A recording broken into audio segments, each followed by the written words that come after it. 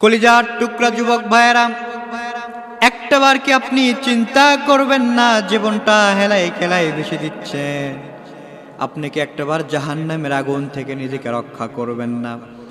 জাহান্নামের আগুন বড্ড ভয়ঙ্কর।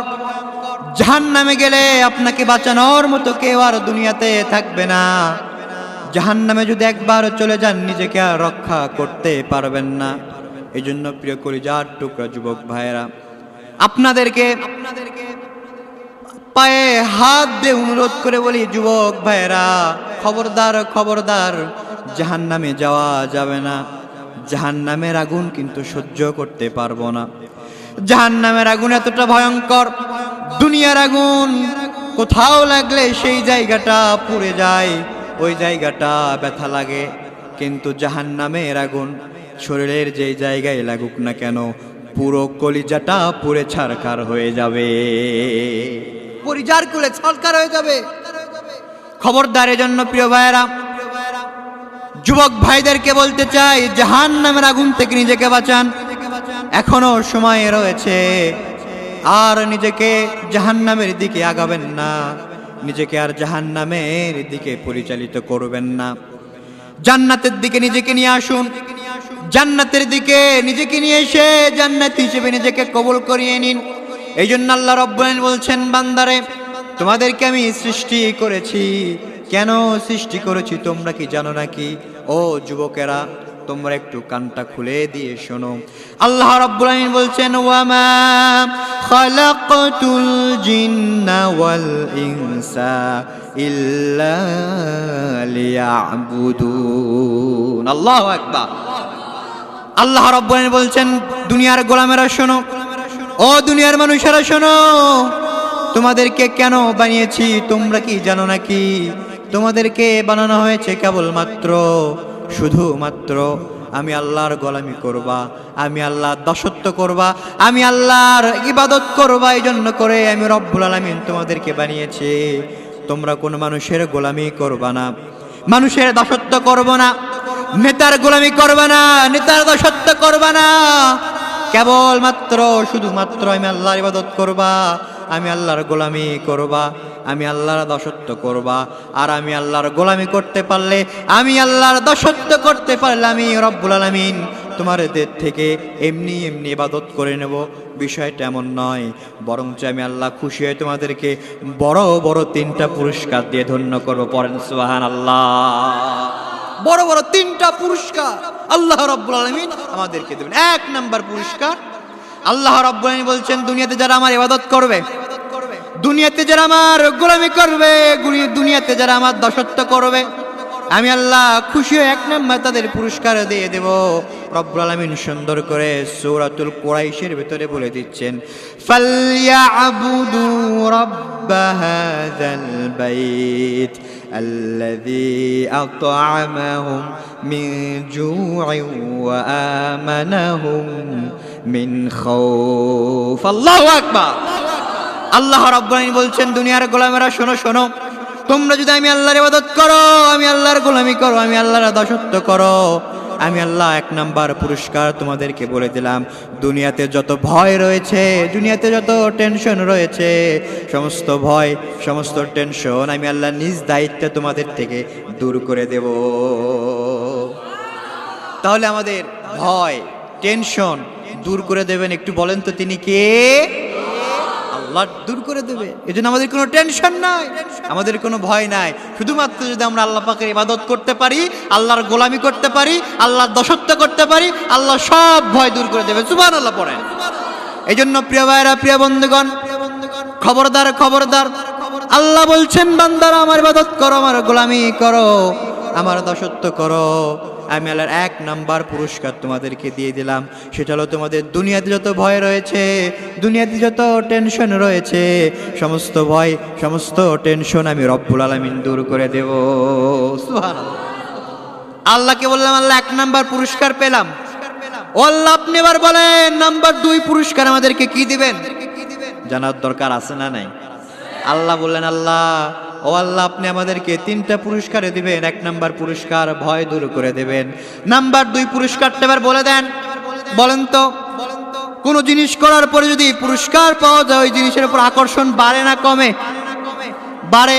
এই জন্য রব্বুল আলামিন বললেন, বান্দারে তোমরা আমার ইবাদত করবা, তোমরা আমার গোলামি করবা, তোমরা আমার দাসত্ব করবা, আমি আল্লাহ রব্বুল আলামিন তোমাদেরকে খুশি হয়ে বড় বড় 3টা পুরস্কার দিয়ে দেব। পড়েন সুবহানাল্লাহ। বড় বড় 3টা পুরস্কার দেবেন। 1 নম্বর পুরস্কার, আল্লাহকে বললাম, আল্লাহ 1 নম্বর পুরস্কার তো আপনি দিবেন, একটু বলেন না 1 নম্বর পুরস্কার কি? আল্লাহ বলছেন, বান্দারে টেনশন করো না, চিন্তা করো না, 1 নম্বর পুরস্কার আমি তোমাদের দুনিয়া থেকে ভয় দূর করে দেবো। সুবহানাল্লাহ। আল্লাহকে বললাম, আল্লাহ 2 নম্বর পুরস্কারটা বলে দেন। এবার আল্লাহ রাব্বুল আলামিন বলছেন, বান্দারা টেনশন করো না, চিন্তা করো না, 2 নম্বর পুরস্কারটা আমি তোমাদেরকে ফাইন্ড আউট করে দিয়ে দিলাম। আল্লাহ রাব্বুল আলামিন এই আয়াতের শেষের অংশে বলছে, ফালইয়াবুদু রাব্ব হাযাল বাইত আল্লাযী আত'আমাহুম মিন জু'ইন ওয়া আমানাহুম মিন খাউফ। আল্লাহু আকবার। আল্লাহ রাব্বুল আলামিন বলছেন, বান্দারা 1 নম্বরে ভয় দূর করে দেব।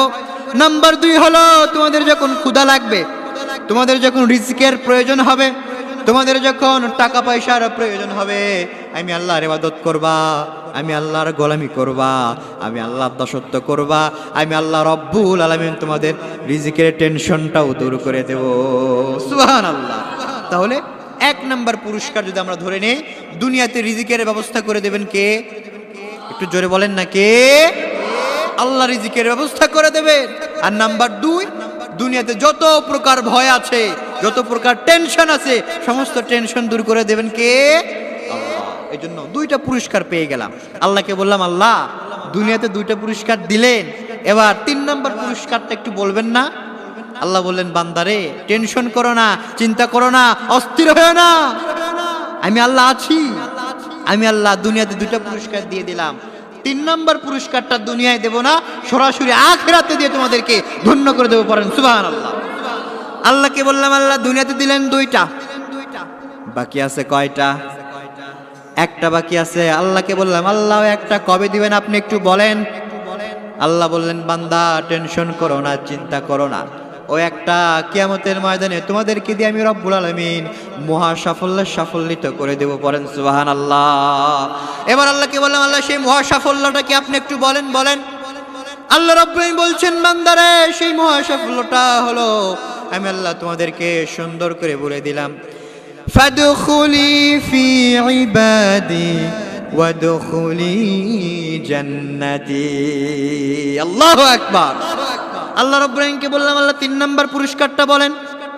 আল্লাহ রাব্বুল আলামিন বললেন, বান্দারে 3 নম্বর পুরস্কারটা হলো তোমরা আমার ইবাদত করবা, তোমরা আমার গোলামি করবা, তোমরা আমার দাসত্ব করবা। আমি আল্লাহ রাব্বুল আলামিন 3 নম্বর পুরস্কারটা সাধারণ কোন পুরস্কার দিয়ে ধন্য করব না, বরং 3 নম্বর পুরস্কারটা একটু আলাদা, একটু ডিফারেন্ট, একটু আলাদা করে দিয়ে একেবারে মহা সাফল্যিত করে দিয়া তোমাদেরকে আমি জান্নাতের ভিতরে ঢুকাই দেব। পড়েন সুবহানাল্লাহ। প্রিয় ভাইরা, প্রিয় বন্ধুগণ, তাহলে আমরা যদি আল্লাহ পাকের ইবাদত করি, কাজ একটা, ইবাদত কাজ কয়টা? একটা, কিন্তু পুরস্কার কয়টা? 3টা। একটা কাজে 3টা পুরস্কার। আল্লাহ বলছেন, বান্দারে আমার গোলামি করো, আমার দাসত্ব করো, আমি 3টা পুরস্কার দিয়ে দেবো। 1 নম্বর পুরস্কার, তোমাদের দুনিয়াতে রিজিকের ব্যবস্থা করে দেব।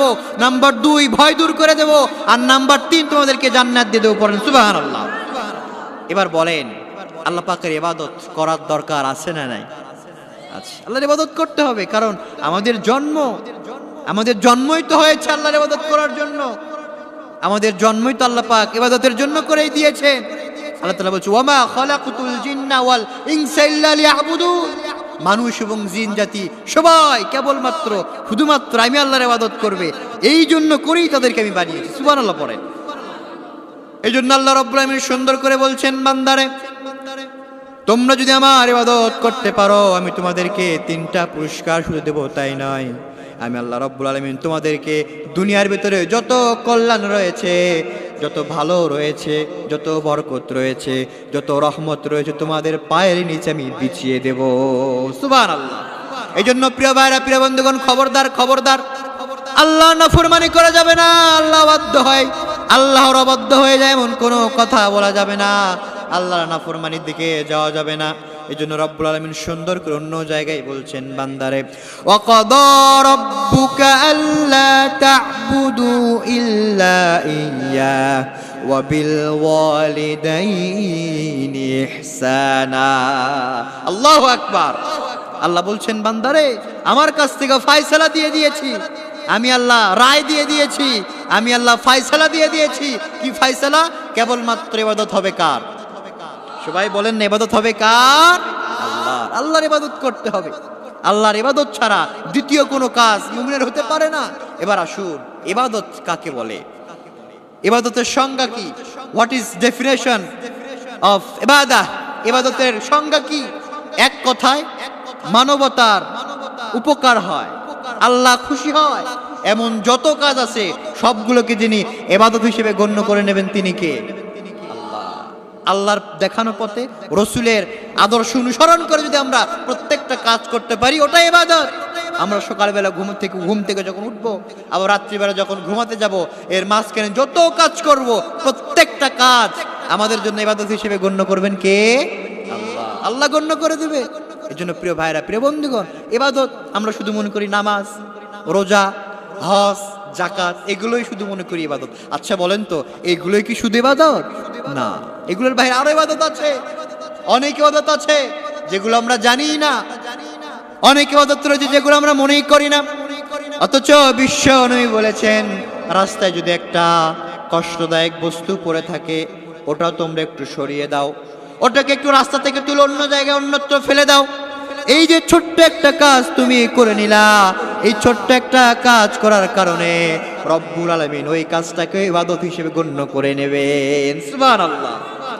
আবার বিষ্ণু বললেন, ও আমার সাহেবরা শোনো শোনো, তোমরা যে নিজেদের স্ত্রীদের সাথে অন্তরঙ্গ সময় কাটাও, নিজেদের স্ত্রীদের সঙ্গে অন্তরঙ্গ সময় কাটিয়ে দাও, এই যে সময়টুকু ব্যয় করো, এই সময়টুকু ব্যয় করার কারণে রব্বুল আলামিন তোমার আমলনামার ভিতরে সওয়াব দিয়ে দেয়। পড়েন সুবহানাল্লাহ। সাহাবীর অবাক হয়ে গেল। সাহাবীরা বলতেছে, ইয়া রাসূলুল্লাহ, এটা কেমন কথা, কেমন লজ্জার কথা, আমার স্ত্রীর সাথে আমি অন্তরঙ্গ মুহূর্ত কাটাবো, এটাও কি আল্লাহ পাক সওয়াব দিবে? সুবহানাল্লাহ পড়েন, এটা কি সওয়াব দিবে?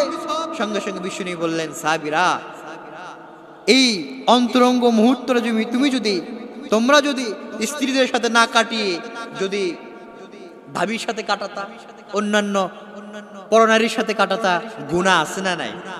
গুনাহ আছে, গুনাহ আছে, গুনাহ হয়ে যেত।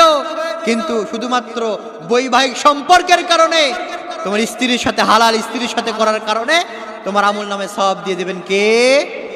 এজন্য প্রিয় ভাইরা, প্রিয় বন্ধু, আসুন আমরা আমাদের জীবনের প্রত্যেকটা কাজ আমরা ইবাদত হিসেবে করার চেষ্টা করব ইনশাআল্লাহ। এজন্য আল্লাহ রাব্বুল আলামিন বলছেন বান্দারে, ওয়াকাদা রাব্বুকা আল্লা তা'বুদু ইল্লা ইয়্যা ওয়া বিল ওয়ালিদাইনি ইহসানা।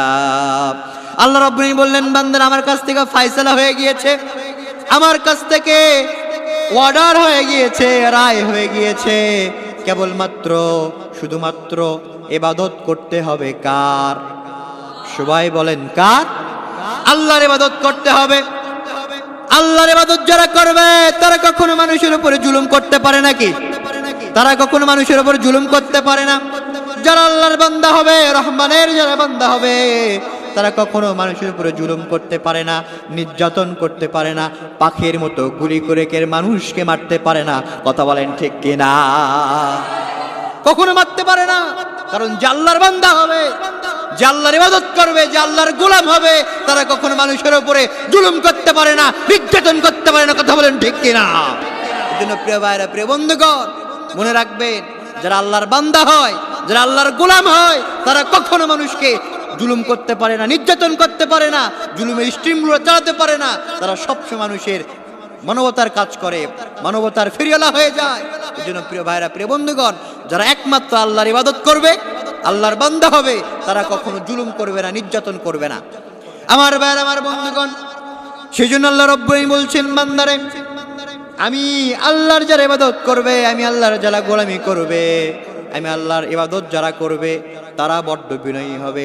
আল্লাহ রাব্বুল আলামিন সুন্দর করে বলছেন, ওয়া ইবাদুর রাহমানিল্লাযীনা ইয়ামশুন আলাল আরদি হাওনা ওয়া ইযা খাতাবাহুমুল জাহিলুনা ক্বালু সালামা। আল্লাহ রাব্বুল আলামিন বলছেন, যারা রহমানের বান্দা হবে তারা বড্ড বিনয়ী হবে। তারা কেমন বিনয়ী হবে? যখন রাস্তা দিয়ে চলাফেরা করবে উগ্রতা দেখাবে না, অভদ্রতার আচরণ করবে না, বরং মৃদু সুরে রাস্তা দিয়ে হেঁটে যাবে। পড়েন সুবহানাল্লাহ। এটা হলো রহমানের বান্দা। রহমানের বান্দারা সব সময় নরমনীয় হবে, সব সময় নিজেকে ভদ্র করে রাখবে, তারা কখনো উচ্ছৃঙ্খল হতে পারে। এই জন্য প্রিয় যুবক ভাইরা যারা আছেন, খবরদার, রাস্তায় চলাফেরা করার সময় উচ্ছৃঙ্খল হওয়া যাবে না। তিন চারটা যুবক এক জায়গায় হলে উচ্ছৃঙ্খল হয়ে যায়, খবরদার, এই কাজটা করা যাবে না। এই কাজটা আল্লাহ বড্ড পছন্দ করে, কারণ রহমানের বান্দারা কখনো অভদ্র হতে পারে। এই জন্য আল্লাহ রাব্বুল আলামিন বলছেন, বান্দারা ওয়াকাদা রাব্বুকা আল্লা তা'বুদু ইল্লা ইয়্যা ওয়া বিল ওয়ালিদাইনি ইহসানা। আমি আল্লাহর কাছ থেকে ফয়সালা হলো দুইটা। এক নাম্বার ফয়সালা হলো ইবাদত করতে হবে কেবলমাত্র কার? সবাই একটু জোরে বলেন না, কার?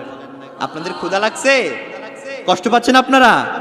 আল্লাহর ইবাদত করতে হবে, আল্লাহর গোলামি করতে হবে, আল্লাহর দাসত্ব করতে হবে।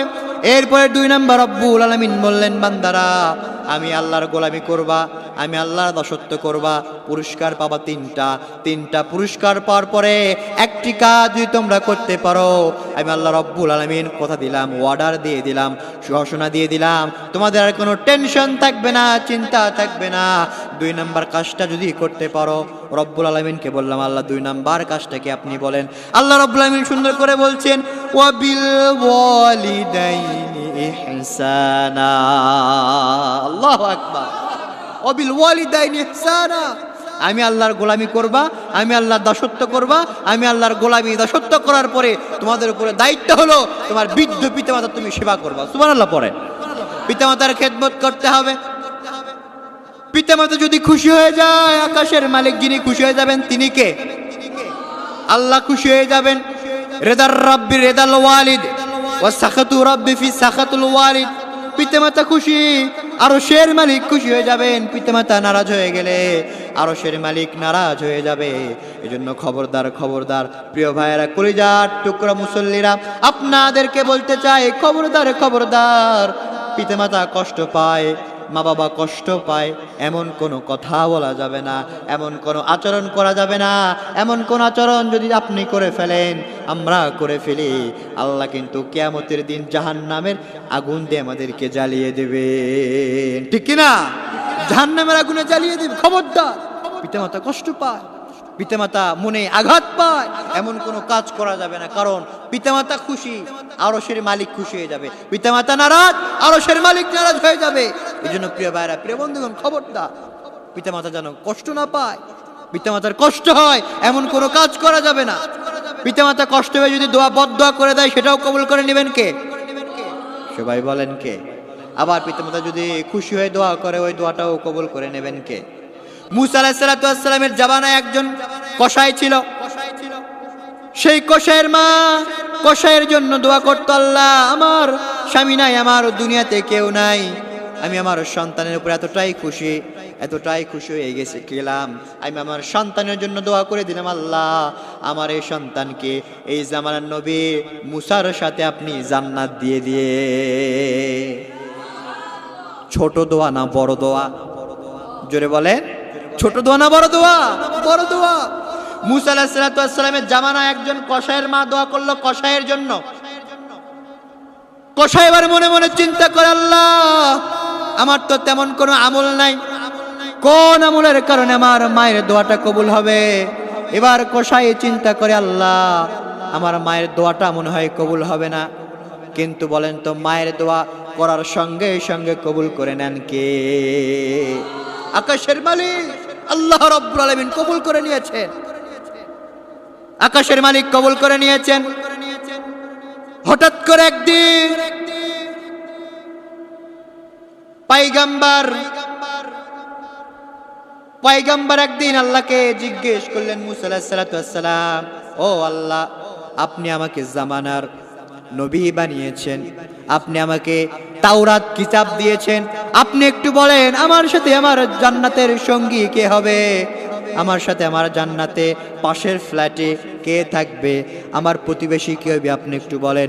সঙ্গে সঙ্গে আল্লাহ এবার বলে দিলেন, মুসা, তোমার সঙ্গে জান্নাতের যে ব্যক্তিটা পাশে থাকবে, তোমার প্রতিবেশী যে ব্যক্তি হবে, সে ব্যক্তি হলো একজন কসাই। আল্লাহু আকবার।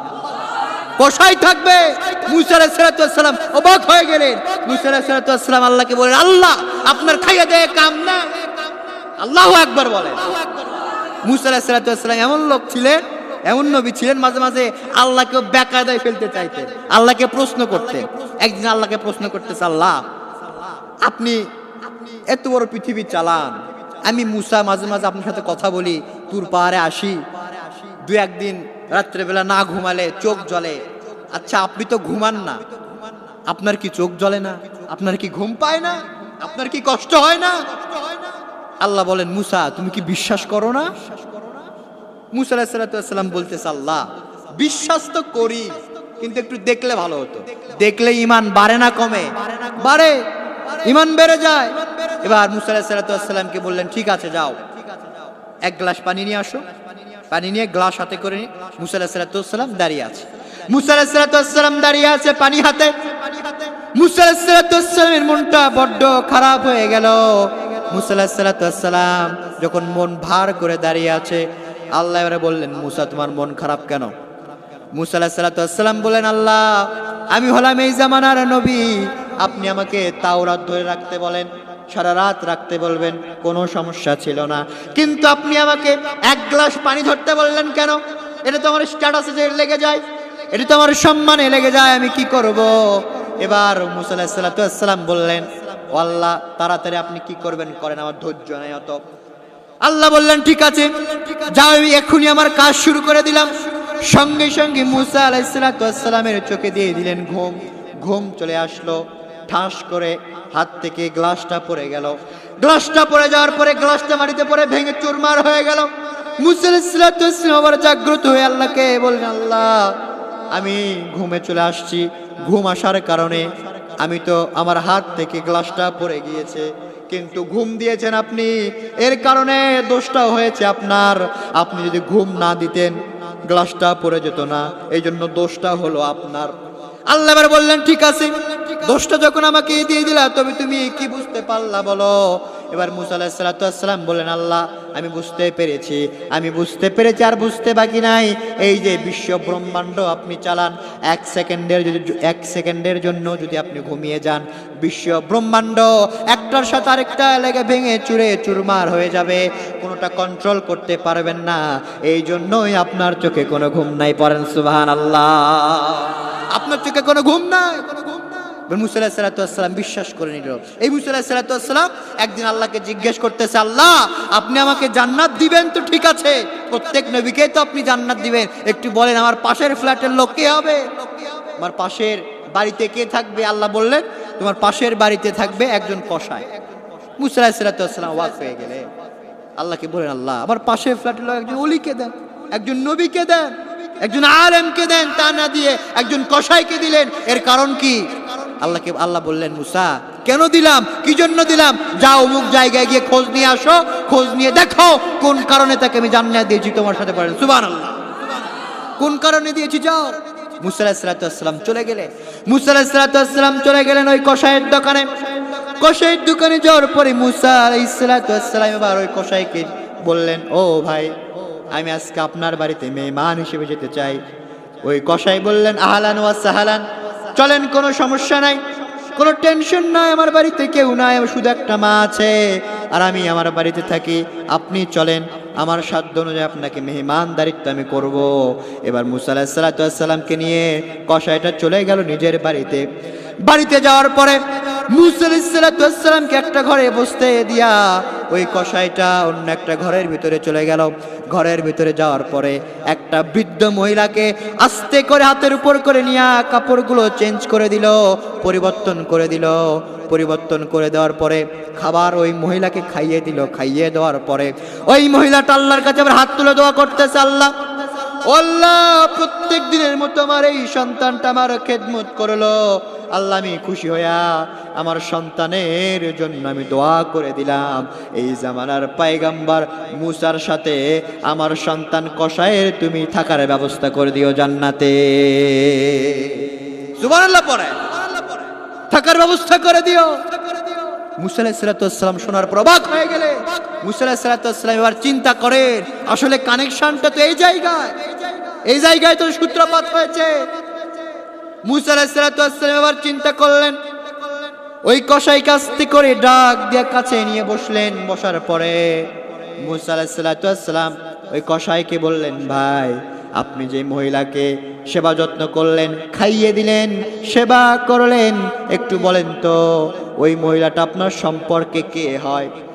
সঙ্গে সঙ্গে এবার কসাই বলতেছে, ভাই আপনাকে আমি চিনি না জানি না, তবে আপনি শুনুন, এই যে মহিলাটা দেখতে পাচ্ছেন, এই মহিলাটা দুনিয়ার অন্য কোনো মহিলা নয়, এই মহিলা হলো আমার জন্মদারিণী মা। আল্লাহু আকবার। জন্মদাতা মা, এই মহিলা আমাকে জন্ম দিয়েছে, এই মহিলার গর্ভ থেকে আমি দুনিয়াতে এসেছি, এই মহিলা আমার মা। মুসা আলাইহিস সালাম এবার জিজ্ঞেস করলেন, ভাই আপনার মা আপনার জন্য কি দোয়া করলো, আপনি কি জানেন নাকি? এবার ওই কসাইটা হাসি দিয়ে বলতেছে, ভাই এই যে দোয়াটা রয়েছে, এই দোয়াটা আজ অনেক দিন থেকে আমার মামার জন্য করে, আমি বিশ্বাস করি না, আর কেমনেই বা বিশ্বাস করব? একজন পয়গম্বরের সাথে কেমন করে রব্বুল আলামিন আমাকে জান্নাতে থাকার মতো ব্যবস্থা করে দিবে? কেমন করে ব্যবস্থা করে দিবে? এটা আমার বিশ্বাস হয় না। এবার মুসা আলাইহিস সালাম বলতেছে, ভাই তুমি কি বিশ্বাস করো না যে মায়ের দোয়া কবুল হয়ে যায়? মুসা আলাইহিস সালামের প্রশ্ন শোনার পরে এবার ওই কসাই বলতেছে, ভাই আমি বিশ্বাস করি, তবে আমার এতটুকু ভরসা লাগে না যে একজন নবীর সাথে আমার থাকার ব্যবস্থা হয়ে যাবে।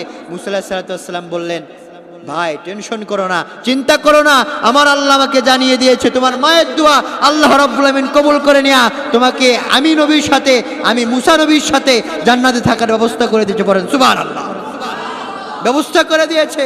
এই জন্য প্রিয় ভাইরা, প্রিয় বন্ধুগণ, মা যদি খুশি হয়ে দোয়া করে, আমাদের জীবনকে যিনি উজালা করে দেবেন তিনি কে? আল্লাহ। আবার মনে রাখবে, মা যদি রাগ করে, কষ্ট পেয়ে, দুঃখ পেয়ে একটা বদদোয়া করে দেয়, ওই দোয়াটাও সঙ্গে সঙ্গে কবুল করে নেন কে? আল্লাহ কবুল করেন। এই জন্য খবরদার, খবরদার, যুবকদের পায়ে হাত দিয়ে বলি, খবরদার, পিতামাতা কষ্ট পায়, মা বাবার মনে আঘাত লাগে, এমন কোনো কাজ করা যাবে। এই জন্য আল্লাহ রাব্বুল আলামিন সুন্দর করে বলছেন, বান্দারে এক নাম্বার কাজ হলে ইবাদত করতে হবে কার? সবাই বলেন কার? আল্লাহর ইবাদত করতে হবে। এক নাম্বার কাজ হলো ইবাদত করতে হবে আল্লাহর। নাম্বার 2 হলো আল্লাহর ইবাদত করার পরে নাম্বার 2 হলো পিতামাতার সেবা করতে হবে, পিতামাতার খেদমত করতে হবে। পিতামাতা যা বলবে সেটাই আপনাকে শুনতে হবে। পিতামাতা যদি বলে ডান দিকে যাও, ডানে যাবেন, বাম দিকে যাও, বামে যাবেন। পিতামাতা যদি বলে বউ ছেড়ে দাও, বউ ছেড়ে দেবেন। পিতামাতা যদি বলে বউ রাখো, বউ রাখবেন। নাকি সব কথা শোনা যাবে? প্রিয় ভাইরা, প্রিয় বন্ধুগণ, সব কথা পিতামাতার শোনা যাবে, কিন্তু একটা জায়গায় শোনা যাবে না। পিতামাতা যদি বলে শিরকের দিকে যাও, শিরকের দিকে অগ্রসর হও, তো ওই সময় আর পিতামাতার ইতাআত করা যাবে না, আনুগত্য করা যাবে না। ওই সময় ফিরে আসতে হবে কার দিকে? আল্লাহর দিকে ফিরে আসতে হবে। ওই সময়টা আল্লাহর ইবাদতে মশগুল হতে হবে। ওই সময়টা অর্থাৎ শিরক যখন করতে বলবে, শিরক যখন করার জন্য আপনাকে অর্ডার করে পিতামাতা, তখন আর আপনাকে ওই শিরকের কাজে যাওয়া যাবে না, তৎক্ষণাৎ ফিরে আসতে হবে কার দিকে? আল্লাহ। এর জন্য প্রিয় ভাইয়েরা, তাহলে আমরা 1 নাম্বার আমল পেলাম, ইবাদত করব কার? সবাই বলেন না, ইবাদত করব কার? আল্লাহর ইবাদত করব। আল্লাহর ইবাদত করার পরে নাম্বার 2 আমরা পিতামাতার খেদমত করব। পিতামাতার খেদমত যদি আমরা করতে পারি, আল্লাহ পাক জান্নাত দিয়ে দেবে। আর যদি পিতামাতার খেদমত না করতে পারি, পিতামাতা জাহান্নামে দিয়ে দেবেন। এখন আপনাদের কাছে প্রশ্ন আমার, বলেন তো আপনারা জান্নাত চান কি চান না? সবাই বলেন চান। সবাই জান্নাত চায়, কিন্তু জান্নাত কি মামুবাড়ি আবদার? মামুবাড়ি আবদার নয়। জান্নাত চাইলেই পাওয়া যাবে না। জান্নাতে যেতে হলে কষ্ট করতে হবে, আমল করতে হবে। আমল করে, কষ্ট করে করে, পরীক্ষা দিয়ে দিয়ে তারপরে আল্লাহর জান্নাতে যাওয়া লাগবে। কথা বলেন ঠিক কিনা? এই জন্য প্রিয় ভাইরা, প্রিয় বন্ধুগণ, আমরা কষ্ট করব, পরীক্ষা দেব, পরীক্ষা আসবে। এই জন্য আল্লাহ বলছেন, বান্দারে এই জন্যই তোমাদেরকে আমি বানিয়েছি, আমার ইবাদত করো, আমি আল্লাহ তোমাদেরকে জান্নাত দিয়ে দেবো। সুবহানাল্লাহ পড়েন। এই সুন্দর করে বলছেন, বান্দারে ওয়াবুদুল্লাহ, আমি আল্লাহর গোলামি করো, আমি আল্লাহর দাসত্ব করো। আমি আল্লাহর গোলামি করতে পারলে, আমি আল্লাহর দাসত্ব করতে পারলে, আমি আল্লাহ রব্বুল আলামিন তোমাদের জীবনের গুনাহগুলো মাফ করিয়ে তোমাদেরকে আমি জান্নাত দিয়ে দেব। সুবহানাল্লাহ। আচ্ছা বলেন, তোমাদের জীবনে গুনাহ আছে না নাই? যারা চুপ করে আছেন তাদের জীবনে গুনাহ আছে না নাই? সবার জীবনে গুনাহ আছে। গুনাহ নাই এমন কেউ আছেন এখানে? গুনাহ নেই এমন কেউ নেই, সবার জীবনে গুনাহ আছে। এই জন্য আল্লাহ রাব্বুল আলামিন গুনাহগারদের ডাক দিয়ে বলছেন, ইয়া আইয়ুহাল্লাযীনা আমানু তুবু ইলাল্লাহি তাওবাতান নাসুহা। আল্লাহু আকবার। আল্লাহ রাব্বুল আলামিন বলছেন, গুনাহগার বান্দারা শোনো, যারা নিজেদের জীবনে গুনাহ করে ফেলেছো, অন্যায় করে ফেলেছো, অন্যায় হয়ে গেছে তো কি হয়েছে, টেনশন করো না, চিন্তা করো না, আমি আল্লাহর কাছে ক্ষমা চাও। ক্ষমা চাইতে দেরি হবে, ক্ষমা করতে আমি রব্বুল আলামিন দেরি করব না। আল্লাহু আকবার। ক্ষমা করতে দেরি করব না। মিয়া তোমরা কি গুনাহ করেছো, কয়টা অন্যায় করেছো, কয়টা পাপ করেছো, আমি আল্লাহর কাছে ক্ষমা চাও, আমি আল্লাহ তোমাদেরকে ক্ষমা করে দেব। আল্লাহু আকবার। ক্ষমা করে দিব, কিন্তু শর্ত হলো ক্ষমা চাইতে হবে। ক্ষমাটা ক্ষমার মতো করে চাইতে হবে। তাওবাতান নাসুহা, এমন ক্ষমা চাইতে হবে যে ক্ষমা চাইলে ক্ষমা করে দেবেন কে? আল্লাহ। আমাদের সবার জীবনে গুনাহ আছে, গুনাহ নাই আমরা কেউ নেই, প্রত্যেকের জীবনে গুনাহ আছে। এই জন্য আল্লাহ বললেন, বান্দারে গুনাহ হয়েছে তো কি হয়েছে, টেনশন করো না, চিন্তা করো না, আমি আল্লাহ তোমাদেরকে বলে দিলাম গুনাহ হয়ে গেছে, ক্ষমা চাও, আমি আল্লাহ তোমাদেরকে মাফ করে দেবো। সুবহানাল্লাহ। এই জন্য প্রিয় ভাইরা, প্রিয় বন্ধুগণ, আল্লাহর ইবাদত করার পরে আমাদেরকে যদি জীবনে গুনাহ হয়ে যায়, গুনাহগুলো ক্ষমা চাইতে হবে। ক্ষমা চাইলে পরে যিনি আমাদের গুনাহগুলো ক্ষমা করে দিতে পারেন তিনি কে? সবাই বলেন না কে? আল্লাহ ক্ষমা করে দিতে পারেন। দুনিয়ার কারো কাছে মাফ চাইলে আপনি মাফ নাও পাইতে পারেন, কিন্তু যখন আপনি গুনাহ করে ফেলবেন, অন্যায় করে ফেলবেন, তাহাজ্জুদের জায়নামাজটা বিছিয়ে রাত্রিবেলা সবাই যখন ঘুমিয়ে যায়, তখন আপনি একা একা জাগিয়ে যান। একা একা জাগিয়ে আল্লাহর কাছে চোখের পানি ছেড়ে দিয়া কান্না করতে করতে বলেন, আল্লাহ, ও আমার মালিক আল্লাহ, দয়া করে, মায়া করে, আমি জীবনে অনেক গুনাহ করে ফেলেছি, আমার জীবনের গুনাহগুলো আপনি মাফ করে দেন, আমার জীবনের গুনাহগুলো আপনি ক্ষমা করে দেন।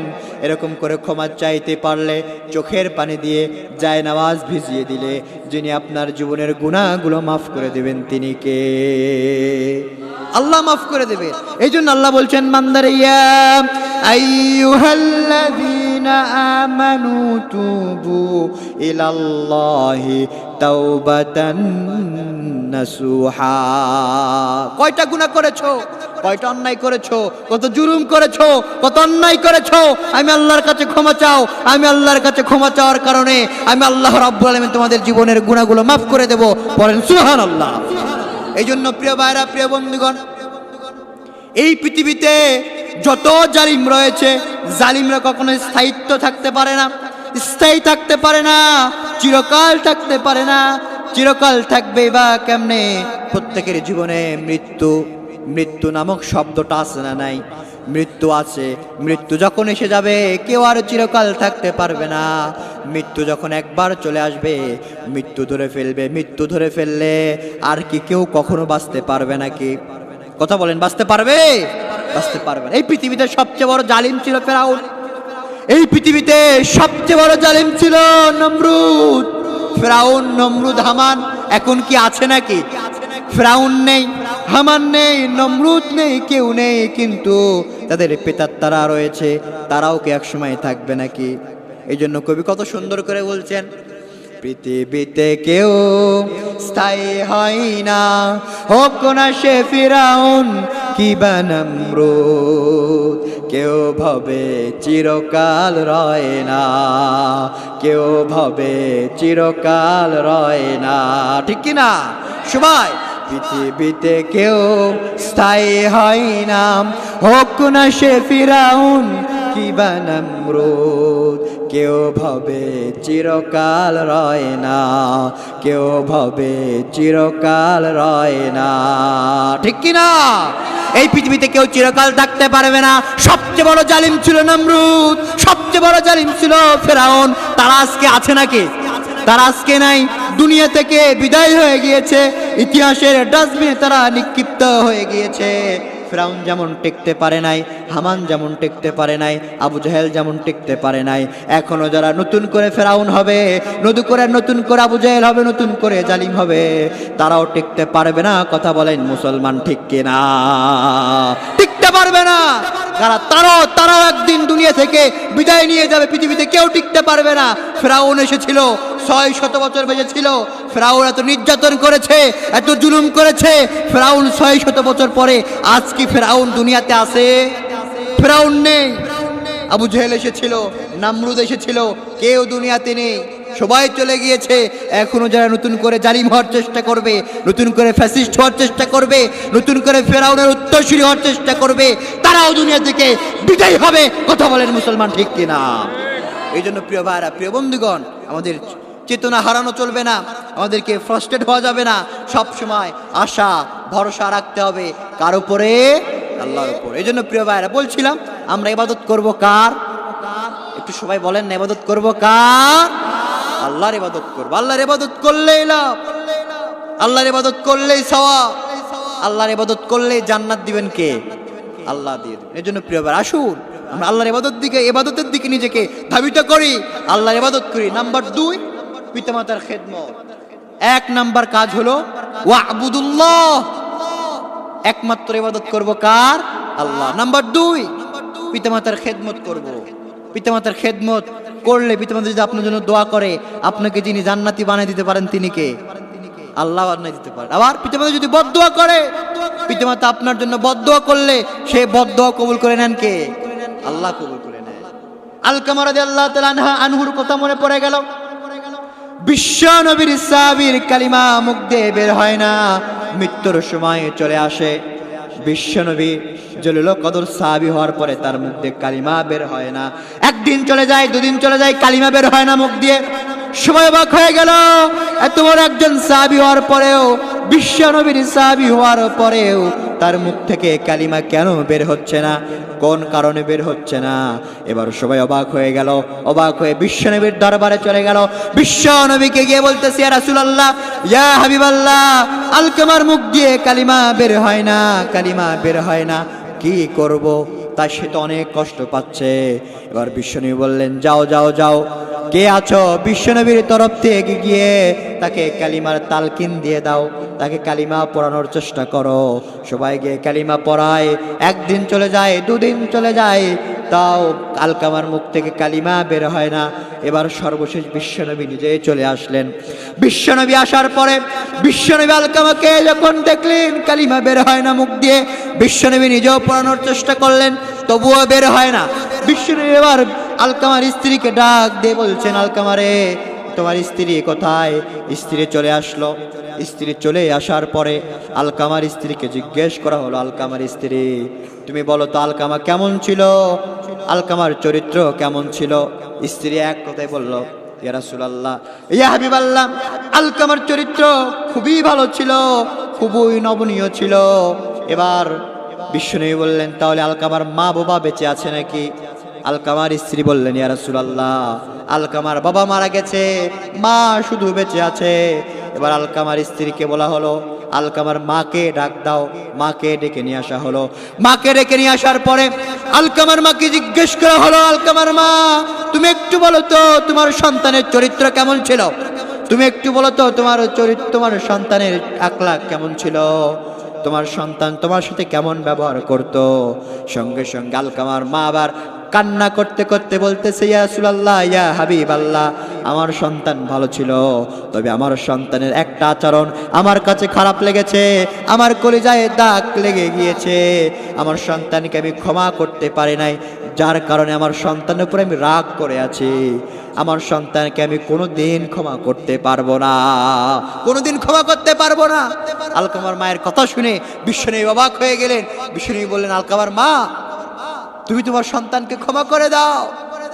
আলকামার মা বললেন, না ইয়া রাসূলুল্লাহ, কষ্টটা এত বেশি, আমি ক্ষমা করতে পারবো না। আলকামার মাকে বলল, আলকামার মা, তুমি যদি তোমার সন্তানকে ক্ষমা করে না দাও, তোমার সন্তানকে আগুনে পুড়ে ফেলা হবে। আলকামার মা কোনো কথা বলে না। আলকামার মা এবার চুপচাপ দাঁড়িয়ে আছে। সঙ্গে সঙ্গে বিশ্বনবী বললেন, কে আছো, যাও লাকড়ির ব্যবস্থা করো, কাঠের ব্যবস্থা করো, খড়ির ব্যবস্থা করো। খড়ির ব্যবস্থা করার পরে কাঠগুলো স্তূপ করে রাখো, স্তূপ করে রাখার পরে কাঠের ভিতরে আগুন ধরিয়ে দাও। আগুন ধরিয়ে দেওয়ার পরে এবার আলকামার মা বলতেছে, ইয়া রাসূলুল্লাহ, ইয়া হাবিবাল্লাহ, আগুন ধরিয়ে দিয়ে কি করবেন? এবার আলকামার মার কথা শোনার পরে বিশ্বনবী বলতেছেন, আলকামার মা, এই যে আগুনগুলো দেখতেছো, এই আগুনের উপরে তোমার সন্তান আলকামাকে দিয়ে জ্বালিয়ে পুড়ে ধ্বংস করে দেব। নাউযুবিল্লাহ, ধ্বংস করে দেব। আলকামার মা এবার চট করে কান্না করতে করতে বলতেছে, ইয়া রাসূলুল্লাহ, ইয়া হাবিবাল্লাহ, আমার কলিজার টুকরা সন্তান, আমার নার্সিরা সন্তানকে আমি এই মুহূর্তে ক্ষমা করে দিলাম। পড়েন সুবহানাল্লাহ। ক্ষমা করে দিলাম, আমার সন্তানকে আমি ক্ষমা করে দিলাম। এবার আলকামার কাছে গিয়ে দেখে আলকামাকে আর কালিমা পড়ানোর জন্য তালকিন দেয়া লাগে না, আলকামা একা একা পড়তেছে, লা ইলাহা ইল্লাল্লাহ, জোরে জোরে লা ইলাহা,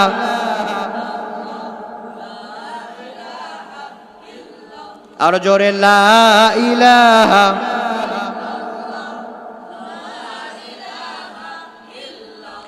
লা ইলাহা ইল্লাল্লাহু মুহাম্মাদুর রাসূলুল্লাহ সাল্লাল্লাহু আলাইহি ওয়াসাল্লাম। আলকামার মুখ থেকে কালিমা বের হয়ে গেল। কালিমা বের হওয়ার পরে আলকামাকে আল্লাহ রাব্বুল আলামিন ক্ষমা করে দিলেন, তার মাও ক্ষমা করে দিলেন। বিশ্বনবী বললেন, আলকামা যাও, তোমার জন্য জান্নাত ফয়সালা হয়ে গেছে। সুবহানাল্লাহ পড়েন। এজন্য প্রিয় ভাইরা, প্রিয় বন্ধুগণ, আমাদেরকে পিতামাতার খেদমত করতে হবে। পিতামাতার খেদমত করে জান্নাতটা ক্রয় করতে হবে। কারণ পিতামাতা যদি দোয়া করে, ওই দোয়াটা কবুলের বিনিময়ে যিনি আপনাকে জান্নাতি বানায় দিতে পারেন তিনি কে? আল্লাহ। আর যদি পিতামাতা নারাজ হয়ে আমাদের উপরে দুঃখ পেয়ে, কষ্ট পেয়ে বদদোয়া করে, ওই দোয়াটাও কবুল করে নেবেন কে? এজন্য সাবধান থাকতে হবে। খবরদার, পিতামাতা কষ্ট পায়, পিতামাতা দুঃখ পায়, এমন কোনো কথা, এমন কোনো আচরণ পিতামাতার সাথে করা যাবে না। এজন্য প্রিয় ভাইরা, প্রিয় বন্ধুগণ, আসুন আল্লাহ পাক যেন আমাদেরকে পিতামাতার সাথে সুন্দর করে সাবলীল ভাষায়, একজন মার্জিত ভাষায় ভদ্র আচরণ করার তৌফিক দান করেন। সকলে পড়ি আল্লাহুম্মা আমিন।